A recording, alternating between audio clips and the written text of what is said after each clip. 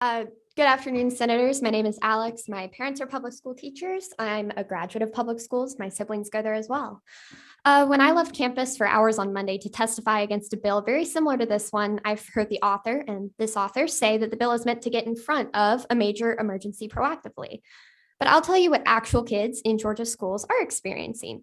My friend Lily never had a teacher who looked like her until grade 10.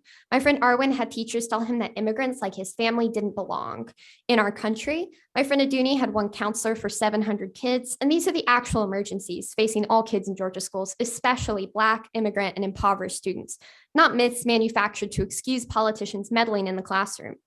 My white professor, a former legislator, showed us a video of a Klansman and other white supremacists holding a rally in Forsyth County, 1987. Did I feel bad as a white person learning this? I feel bad, not because my skin looks like this, but because bad things happen to human beings. I was also proud of my professor for standing up against the Klan and counter protest. Is it wrong for our children to learn what is right, to know that genocide and enslavement were in fact horrific? How can we emphasize how far we have come as a country without acknowledging the truthful history of our state? Under this bill, that lesson would be banned because it discusses systemic racism reinforced by our government, and because the people who marched for white supremacy aren't history, they're alive today. Censorship steals funds and opportunities from kids just trying to find their own opinions in the world. For our sake, do not pass this bill. There are many other things you can do to support children. This is not one of them. Thank you.